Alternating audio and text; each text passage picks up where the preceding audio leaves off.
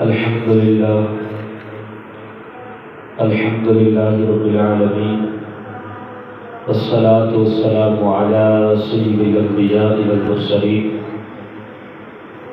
أما بعد فأعوذ بالله من الشيطان الرجيم. بسم الله الرحمن الرحيم. وَلِلَّهِ عَلَى النَّاسِ حِجُّ الْبَيْتِ مَنِ اسْتَطَاعَ إِلَيْهِ سَبِيلًا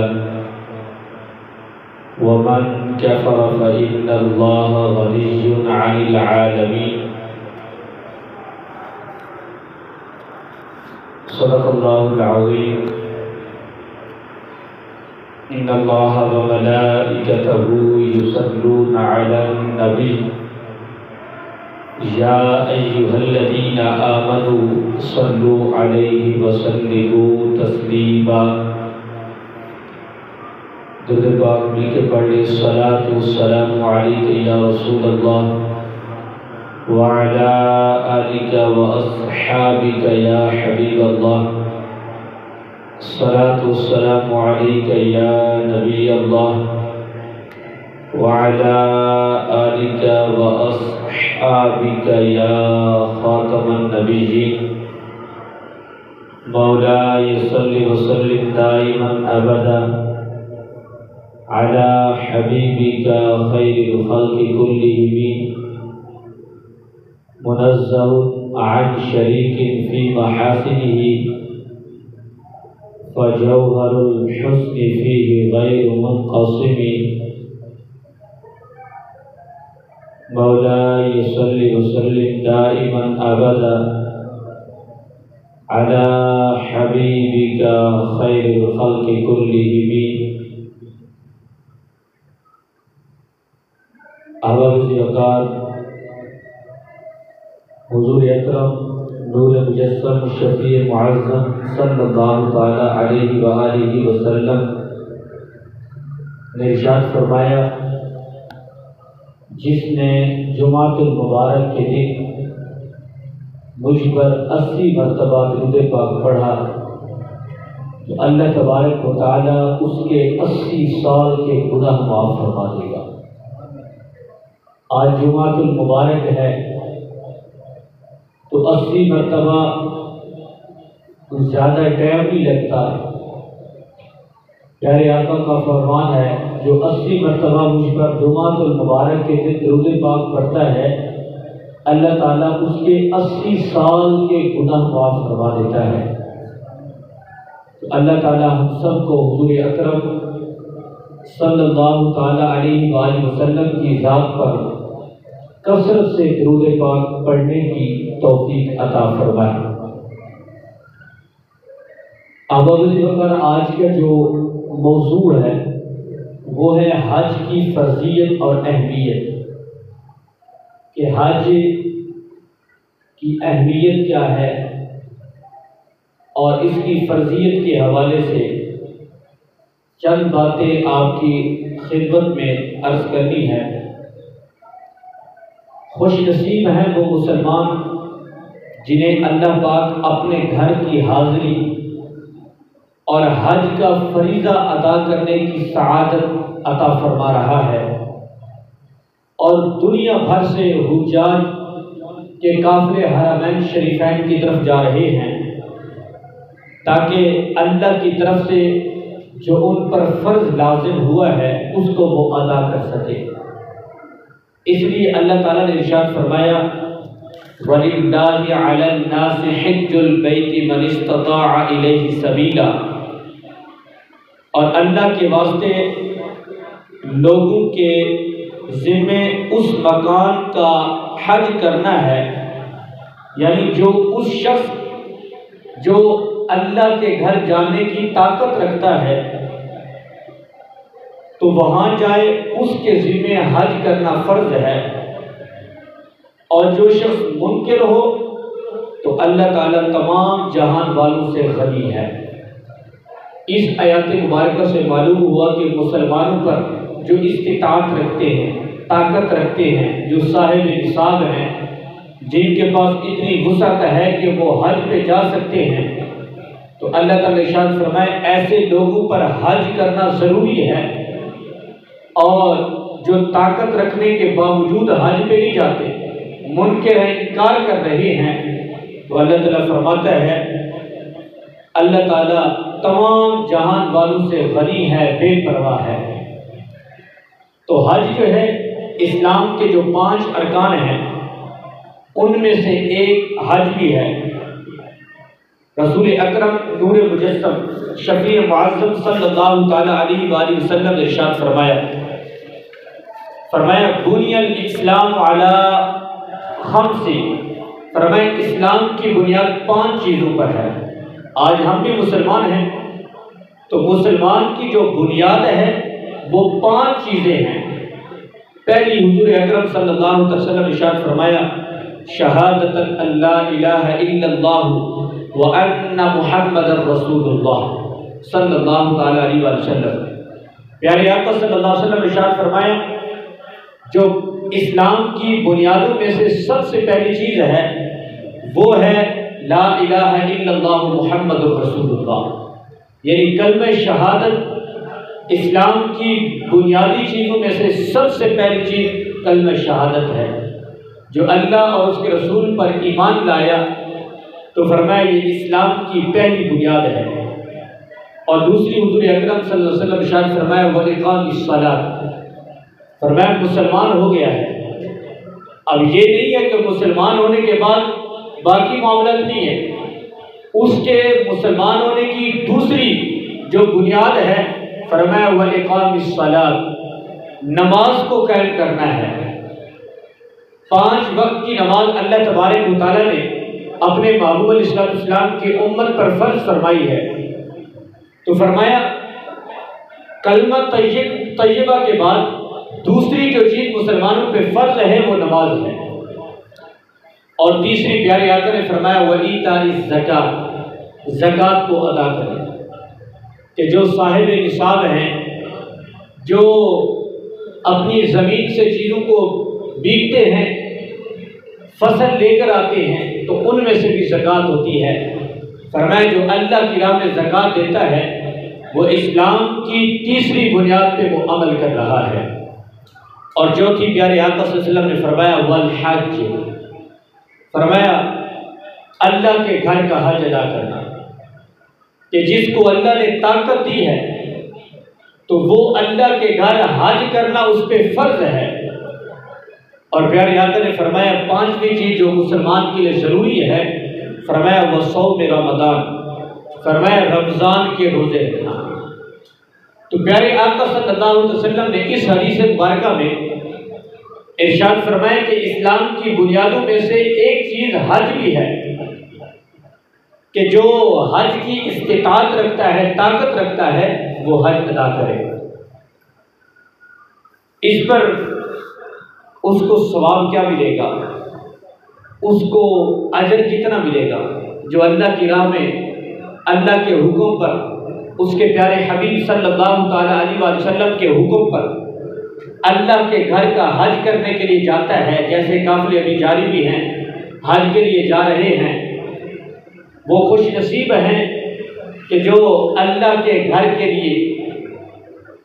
حج ادا کرنے کے لیے اللہ کی رضا کی خاطر اللہ کے محبوب صلی اللہ علیہ وسلم کے حکم پر عمل کرنے کے لیے جا رہے ہیں، وہ خوش نصیب ہیں۔ حدیث مبارکہ میں آتا ہے، حضرت ابو ہریرہ رضی اللہ تعالیٰ عنہ بیان کرتے ہیں سئل النبی صلی اللہ تعالیٰ علیہ وآلہ وسلم، پیارے آقا صلی اللہ علیہ وسلم سے پوچھا گیا یا رسول اللہ صلی اللہ تعالیٰ علیہ وآلہ وسلم ای الاعمال افضل، اعمال میں سب سے افضل کیا چیز ہے، کہ ہم کون سا عمل کریں جو سب سے افضل ہو؟ تو پیارے آقا صلی اللہ تعالیٰ علیہ وآلہ وسلم نے ارشاد فرمایا ایمان باللہ ورسولہ، فرمایا اللہ اور اس کے رسول پر ایمان لانا یہ سب سے افضل عمل ہے۔ یعنی اللہ کے محبوب صلی اللہ تعالیٰ علیہ وسلم آپ پر ایمان لائے، اللہ پر ایمان لائے، پیارے آقا نے فرمایا یہ عمل سب سے افضل ہے۔ پھر صحابی کہتے ہیں قیل ثم ماذا، یا رسول اللہ اس عمل کے بعد مسلمان تو ہم ہو گئے ہیں، اس عمل کے بعد سب سے افضل عمل کون سا ہے؟ تو حضرت ابو ہریرہ رضی اللہ عنہ فرماتے ہیں، پیارے آقا نے فرمایا قال جہاد فی سبیل اللہ، فرمایا اللہ کی راہ میں جہاد کرنا یہ دوسرے نمبر پہ سب سے افضل عمل ہے، کہ اللہ کی راہ میں اپنی جان کو قربان کر دیں، اللہ کی راہ میں اپنے آپ کا نذرانہ پیش کر دیں۔ پیارے آقا نے فرمایا یہ سب سے افضل عمل ہے۔ وہ صحابی نے عرض کی یا رسول اللہ قیل ثم ماذا، اس کے بعد یا رسول اللہ صلی اللہ علیہ وسلم کون سا عمل افضل ہے؟ تو پیارے آقا صلی اللہ علیہ وسلم نے فرمایا حج مبرور، فرمایا حج مبرور جو ہے یہ سب سے افضل عمل ہے۔ حج تو ہے، حج مبرور کیا ہے؟ یعنی حج ادا کرنا یہ افضل عمل ہے، اور ساتھی پیارے آقا نے فرمایا حج بھی ایسا ہو جو مبرور ہو۔ اب حدیث پاک میں آتا ہے کہ حج مبرور کسے کہتے ہیں؟ فرمایا وہ حج جس کے دوران کوئی بندہ گناہ نہ کرے، وہ حج مبرور ہوتا ہے۔ اسی طرح فرمایا حج مبرور وہ ہے جو اللہ کے ہاں مقبول ہوتا ہے، اس حج کو حج مبرور کہتے ہیں۔ جو اللہ کی بارگاہ میں حج مقبول ہو، اللہ کی بارگاہ میں اس کا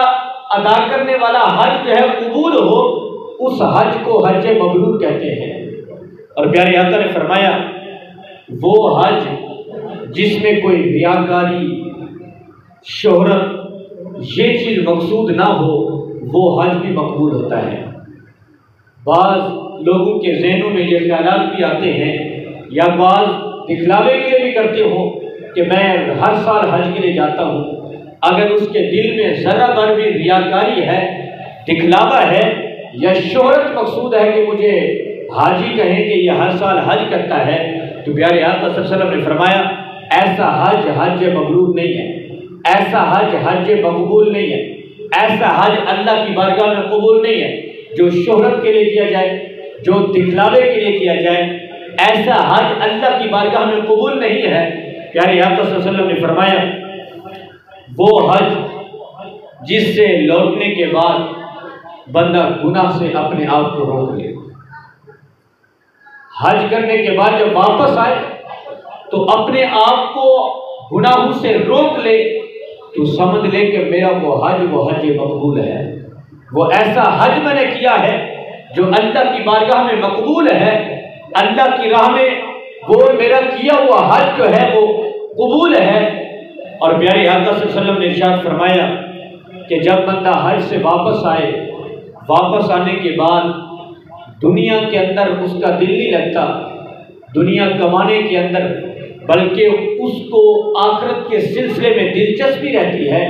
آخرت کی فکر رہتی ہے، اور آخرت کے لیے وہ نیکیاں اکٹھے کرتا رہتا ہے، تو سمجھ لیں اس کا کیا ہوا حج اللہ کی بارگاہ میں قبول ہے۔ تو ایسا حج جو ہے اللہ تبارک و تعالیٰ کی بارگاہ میں قبول ہے۔ اب حضور اکرم صلی اللہ علیہ وسلم نے جو اس حدیث مبارکہ میں ارشاد فرمایا کہ ایسا حج جو ہے اللہ کی بارگاہ میں قبول ہے، تو اب جو بندہ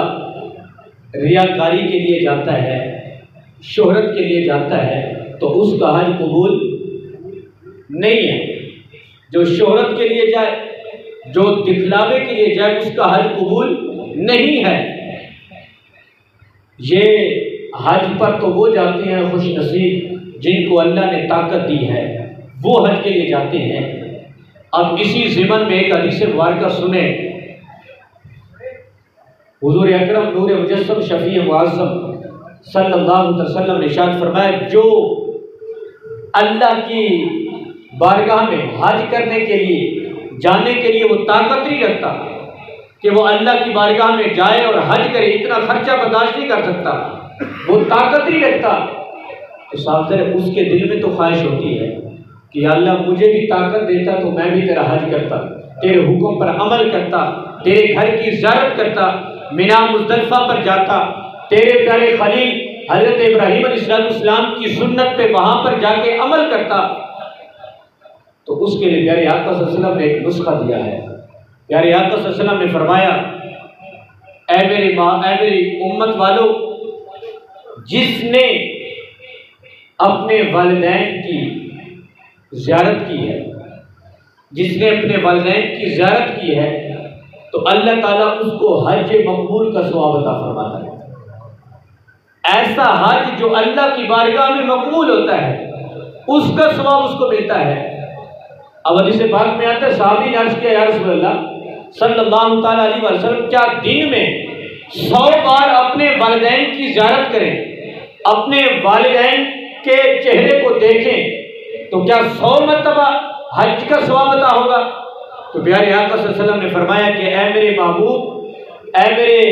امت والو، اے میرے صحابہ، دن میں اگر تم 100 بار بھی اپنے والدین کی زیارت کرو گے تو اللہ تمہیں 100 بار حج کا ثواب عطا فرمائے گا۔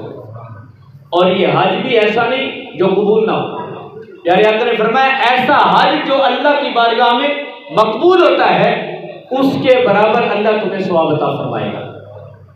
تو معلوم ہوا کہ جو طاقت رکھتے ہیں اللہ کی گھر جانے کے لیے،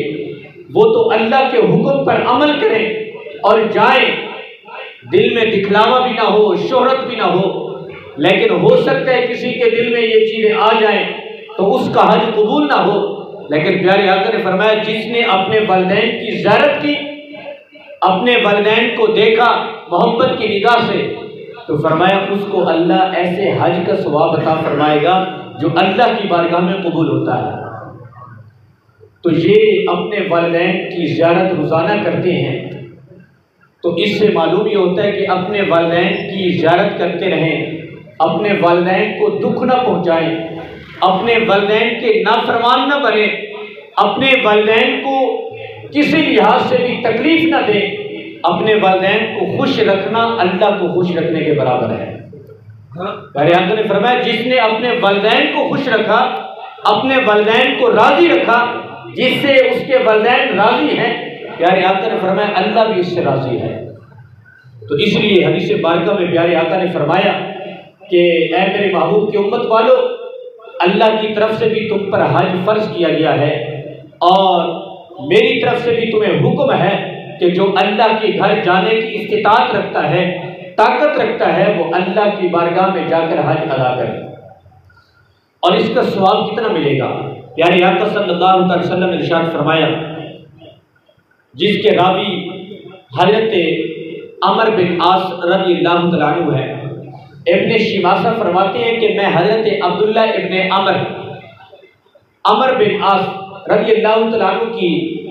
بارگاہ میں حاضر تھا تو آپ قریب المرگ تھے، یعنی موت کا وقت قریب تھا۔ تو ابن شماسہ کہتے ہیں میں حضرت عمر بن عاص کی خدمت میں آیا تو آپ کافی دیر روئے، رونے کے بعد پھر انہوں نے اپنا چہرہ دیوار کی طرف کر لیا۔ ان کے صاحبزادے نے، آپ کے بیٹے نے اپنے باپ سے سوال کیے، جو ایک دوسرے سے بندہ پوچھتا رہتا ہے، تو حضرت عمر بن عاص نے اپنے بیٹے کو بتایا کہ اے میرے بیٹے، میں اسلام قبول کرنے کی تمہیں کہانی سناتا ہوں کہ جب اللہ تبارک و تعالیٰ نے میرے دل کو نور ایمان سے منور فرمایا کہ میں دل میں آیا کہ میں اسلام لے آؤں، تو میں پیارے آقا صلی اللہ علیہ وسلم کی خدمت میں حاضر ہوا اور عرض کی یا رسول اللہ صلی اللہ علیہ وسلم اپنا ہاتھ آگے کریں، میں آپ کے ہاتھ پہ ہاتھ رکھ کے بیعت کرتا ہوں، میں آپ پر ایمان لے آتا ہوں۔ حدیث پاک میں آتا ہے حضرت عمر بن عاص خود فرماتے ہیں حضور نے اپنا ہاتھ آگے فرمایا۔ جب پیارے آقا صلی اللہ علیہ وسلم نے اپنا ہاتھ آگے فرمایا تو کہتے ہیں پھر میں نے اپنا ہاتھ پیچھے کھینچ لیا۔ تو آپ صلی اللہ علیہ وسلم نے فرمایا کہ اے عمر تجھے کیا ہوا ہے؟ تجھے کیا ہوا ہے کہ ہاتھ آگے کیا ہے میں نے اور تو نے پیچھے کر لیا ہے؟ تو حضرت عمر بن عاص نے عرض کی یا رسول اللہ میری ایک شرط ہے۔ پیارے آقا نے فرمایا بتاؤ کیا تمہاری شرط ہے؟ تو حدیث مبارکہ میں آتا ہے کہ حضرت عمر بن عاص نے عرض کی یا رسول اللہ صلی اللہ علیہ وسلم میں آپ پر ایمان لے آؤں تو کیا میری مغفرت کر دی جائے گی؟ کیا میری بخشش کر دی جائے گی؟ تو پیارے آقا صلی اللہ علیہ وسلم نے جو ارشاد فرمایا وہ اپنی امت کو ایک نصیحت دی ہے پیارے آقا نے فرمایا اما علمت ان الاسلام یہدم ما کان قبلہ، پیارے آقا نے فرمایا کہ اے عمر بن عاص، اسلام جب تم قبول کرو گے، اسلام قبول کرنے سے پہلے جتنے تم سے گناہ ہو چکے ہیں اللہ تمہارے ان تمام گناہوں کو مٹا دے گا۔ فرمایا جب تم اسلام لاؤ گے تو تمہارے جو پہلے گناہ تھے اللہ تعالیٰ تمہارے تمام گناہوں کو مٹا دے گا۔ اور ساتھ ارشاد فرمایا وَأَنَّ الْهِجْرَةَ تَهْدِمُ مَا كَانَ قَبْلَهَا، پیارے آقا نے فرمایا کہ جب بندہ ہجرت کر کے آتا ہے تو اللہ اس کے سابقہ گناہوں کو معاف فرما دیتا ہے۔ جس طرح صحابہ کرام نے ہجرت کی ہے، مکہ سے مدینہ تشریف لائے، تو پیارے آقا نے فرمایا جب ہجرت کر کے بندہ جاتا ہے تو اس کے جو سابقہ گناہ ہوتے ہیں، پہلے گناہ ہوتے ہیں، اللہ ان تمام گناہوں کو مٹا دیتا ہے۔ اور آخر میں پیارے آقا نے کیا فرمایا؟ فرمایا وَأَنَّ الْحَجَّ يَهْدِمُ مَا كَانَ قَبْلَهُ، پیارے آقا نے فرمایا جب بندہ حج کرتا ہے تو اللہ اس کے پہلے والے سارے گناہوں کو معاف فرما دیتا ہے۔ تو پیارے آقا نے فرمایا کہ اے میرے محبوب کی امت والو، جب تم حج کرو گے، حج کرنے سے جو پہلے زندگی کے تمہارے گناہ ہوئے ہیں اللہ تبارک و تعالیٰ تمہارے حج کرنے کی برکت سے تمہارے ان سابقہ گناہوں کو معاف فرما دے گا۔ تو اس حدیث پاک سے وہی بات ذہن میں آتی ہے کہ جب بندہ اللہ کے گھر کا حج کرنے جائے اور اللہ تعالیٰ اس کے گناہوں کو معاف فرما دے، اگر کسی کے دل میں ریاکاری آ جائے تو حج ہی قبول نہ ہو، لیکن قربان جائیے اللہ کے محبوب نے اپنی امت کو کیسے کیسے نسخے دیے ہیں کہ فرمایا تم اپنے والدین کی زیارت کرتے رہو، ان کے حکم پر چلتے رہو، اپنے والدین کا کہنا مانتے رہو، تو اللہ تعالیٰ تمہارے گناہوں کو معاف فرما دے۔ کیونکہ حج کرنے سے جب گناہ معاف ہو رہے ہیں تو معلوم ہوا اپنے والدین کو خوش رکھیں، اللہ بھی خوش ہوتا ہے۔ جب اللہ خوش ہوتا ہے تو اپنے اس بندے کے گناہوں کو بھی معاف فرما دیتا ہے۔ تو اس لیے پیارے آقا صلی اللہ تعالیٰ علیہ وآلہ وسلم نے ارشاد فرمایا کہ جب بندہ حج کرتا ہے تو اللہ تبارک و تعالیٰ اس حج کی برکت سے اللہ اس کے گناہوں کو معاف فرما دیتا ہے۔ دوسرے حدیث مبارکہ میں حضرت ابو ہریرہ رضی اللہ تعالیٰ عنہ روایت کرتے ہیں کہ نبی اکرم صلی اللہ تعالیٰ علیہ وآلہ وسلم نے ارشاد فرمایا جہاد الکبیر والضعیف والمرأة الحج والعمرۃ، پیارے آقا نے فرمایا بڑی عمر والے، کمزور شخص اور عورت کا جہاد یہ حج اور عمرہ ہے۔ فرمایا کہ جو بوڑھے ہیں وہ جہاد پہ نہیں جا سکتے، جو کمزور ہیں وہ جہاد پہ نہیں جا سکتے۔ تو پیارے آقا نے فرمایا بوڑھا شخص عمرے پہ جائے یہ اس کا جہاد ہے، بوڑھا شخص حج کے لیے جائے یہ اس کا جہاد ہے۔ تو معلوم ہوا کہ جو بندے جہاد میں جانے کی طاقت ہی رکھتے لیکن اگر وہ عمرہ کرنے کے لیے جائیں تو پیارے آقا صلی اللہ علیہ وسلم نے فرمایا کہ عمرہ کے لیے جانا یہ جہاد ہے، اور حج کے لیے جانا اس بوڑھے شخص کے لیے ایک جہاد ہے جو اللہ کی راہ میں وہ جہاد کر رہا ہے۔ اس لیے ام المؤمنین حضرت عائشہ صدیقہ رضی اللہ تعالیٰ عنہ فرماتی ہیں میں نے عرض کیا یا رسول اللہ صلی اللہ علیہ وسلم ہم آپ کے ساتھ جہاد اور غزوہ میں شریک نہ ہوں کہ آپ ہمیں اجازت دیں ہم آپ کے ساتھ جہاد میں بھی جائیں، ہم غزوے میں بھی شریک ہوں؟ تو پیارے آقا صلی اللہ علیہ وسلم نے فرمایا یہ جانا بھی چاہیے، لیکن سب سے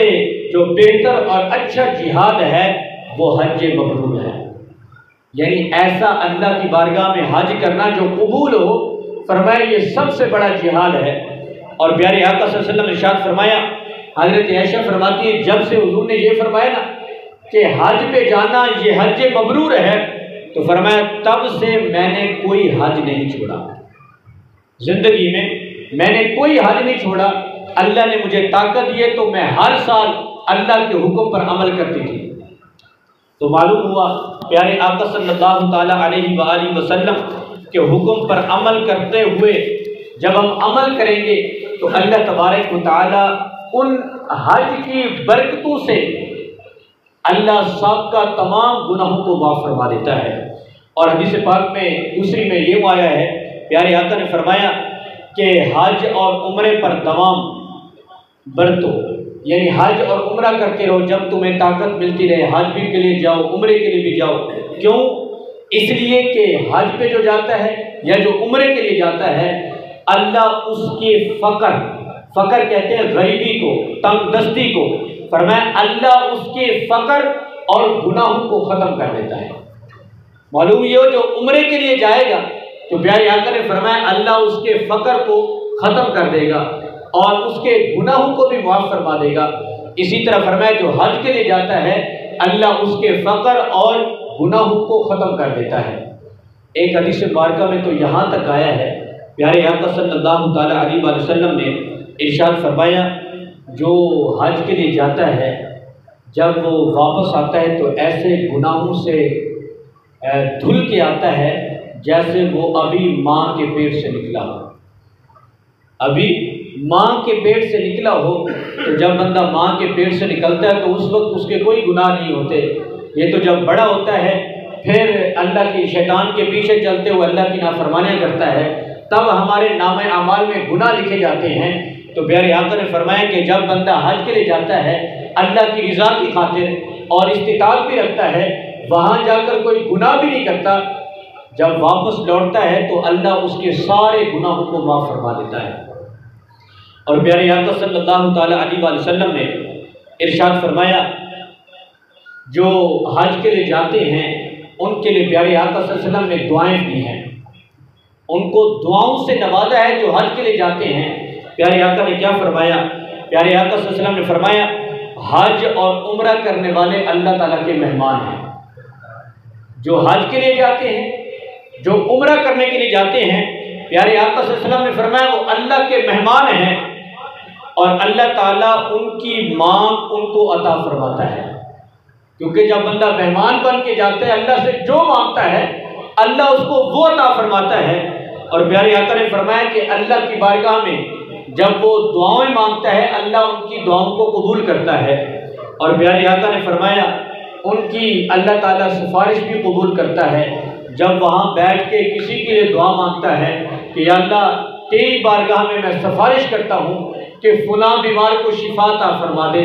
فلاں کو یا اللہ یہ پریشانی ہے دور فرما دے۔ تو پیارے آقا نے فرمایا ایسے حج اور عمرہ کرنے والوں کو اللہ تعالیٰ اس کی سفارش بھی قبول کرتا ہے، ان کی دعاؤں کو بھی قبول فرماتا ہے، اور فرمایا ان کے لیے ہزار ہزار گناہ تک ثواب بڑھا دیا جاتا ہے۔ یعنی جب وہاں پہ جا کے نیکی کرتے ہیں تو کئی کئی گناہ تک، ہزار ہزار گناہ، یعنی اس کو زیادہ ثواب اللہ تعالیٰ عطا فرماتا ہے۔ تو اس لیے پیارے آقا نے فرمایا کہ جو حج کی استطاعت رکھتا ہے، جس کے پاس استطاعت کہتے ہیں کہ جس کے پاس اتنا پیسہ ہے کہ وہ حج کے لیے چلا جائے اور اس کے خرچ وغیرہ مہینے کا بھی چلتا ہے، اس کو پتہ ہے میرے گھر والے پریشان بھی نہیں ہوں گے، تو پیارے آقا نے فرمایا جو استطاعت رکھتا ہے حج کے لیے وہ جلدی جلدی حج کرے اپنی زندگی میں، کیونکہ جو حج نہیں کرے گا، پیارے آقا صلی اللہ تعالیٰ علیہ وآلہ وسلم نے ارشاد فرمایا، حدیث پاک میں آتا ہے بہت سخت وعید پیارے آقا نے ارشاد فرمایا جو استطاعت رکھتا ہے اس کے باوجود وہ حج پہ نہیں جاتا، تو پیارے آقا نے فرمایا میری اس کے لیے کوئی ذمہ داری نہیں ہے کہ وہ یہودی ہونے کی حالت میں مرے یا نصرانی ہونے کی حالت میں مرے، یعنی وہ نصرانی یا عیسائی ہو کر مجوسی ہو کر مرے، فرمایا اس کی میری کوئی گارنٹی نہیں ہے۔ تو معلوم یہ ہوتا ہے کہ جو استطاعت رکھتا ہے اس کو جانا چاہیے، جو نہیں جانتا تو پیارے آقا نے فرمایا ہو سکتا ہے اس کا خاتمہ جو ہے وہ ایسا ہو کہ وہ یہودی ہونے کی حالت میں مرے یا اس کا خاتمہ نصرانی ہونے کی حالت میں مرے۔ اس لیے پیارے آقا صلی اللہ علیہ وسلم نے ارشاد فرمایا کہ جب اللہ تمہیں طاقت دے،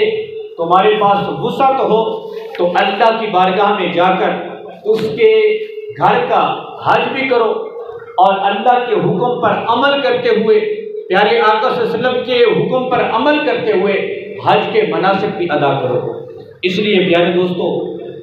ہمیں اپنی زندگی میں یہ نیتیں کرنی چاہیے۔ ایک حدیث پاک بڑی بہترین اور پیاری حدیث پاک، ایک ہم ہیں اللہ ہمیں بھی طاقت دے ہم بھی جائیں، لیکن اگر ہمارے پاس طاقت نہیں ہے لیکن ہمارے دل میں نیت ہو کہ یا اللہ تو مجھے طاقت دے گا تو میں ضرور جاؤں گا، اور یا اللہ تو مجھے طاقت دے میں جاؤں، تو بندہ زندگی میں نہیں اس کو توفیق ملتی، نہیں جاتا، فوت ہو جاتا ہے۔ حدیث پاک میں آتا ہے کل قیامت کے دن جب اللہ کی بارگاہ میں آئے گا تو اس کے نام اعمال میں لکھے ہوں گے کہ اس نے حج بھی کیا ہے، اس نے عمرہ بھی کیا ہے، اس نے صدقہ بھی دیا ہے، اس نے خیرات بھی کیا ہے۔ تو حدیث پاک میں آتا ہے وہ بندہ کہے گا کہ یا اللہ یہ تو میں نے سارے کام کیے نہیں ہیں، نہ تو میں نے حج کیا ہے، نہ تو میں نے عمرہ کیا ہے، اور نہ میں نے یہ صدقہ خیرات کیے ہیں، یہ میرے نام اعمال میں کیسے لکھے ہوئے ہیں؟ تو اللہ تعالیٰ ارشاد فرمائے گا کہ اے میرے بندے مجھے پتہ ہے تو نے نہیں کیے ہیں، لیکن تیری نیت سچی تھی، تو نیت کرتا رہا کہ یا اللہ طاقت دے گا میں جاؤں گا، یا اللہ طاقت دے گا میں عمرہ کروں گا، میں صدقہ کروں گا، خیرات کروں گا۔ تو فرمایا جب تو سچی نیت کرتا رہا تو ان نیت کی وجہ سے تیرے نام اعمال میں حج بھی، عمرہ بھی، صدقہ بھی، یہ سارے نام اعمال، نیک عمل جو ہے تیرے نام اعمال کے اندر لکھے گئے ہیں۔ تو معلوم ہوا اس حدیث مبارکہ سے کہ ہمیں نیت کرنی چاہیے، ہر وقت یہی دل کے اندر خواہش ہو اور تڑپ ہو کہ یا اللہ ہمیں حج کی توفیق دے، یا اللہ ہمیں عمرے کی توفیق دے، یا اللہ ہم تیرے گھر اور تیرے محبوب صلی اللہ علیہ وسلم کے روضے کا دیدار کریں، ان کو دیکھیں۔ جب یہ تڑپ ہے اگر نہیں جا سکتا تو انشاءاللہ اس کا ثواب اس کے نام اعمال کے اندر لکھا جائے گا۔ تو اللہ تعالیٰ سے دعا ہے اللہ تعالیٰ ہم سب کو حج اور عمرہ کرنے کی توفیق عطا فرمائے، آمین بجاہ النبی الامین صلی اللہ علیہ وسلم۔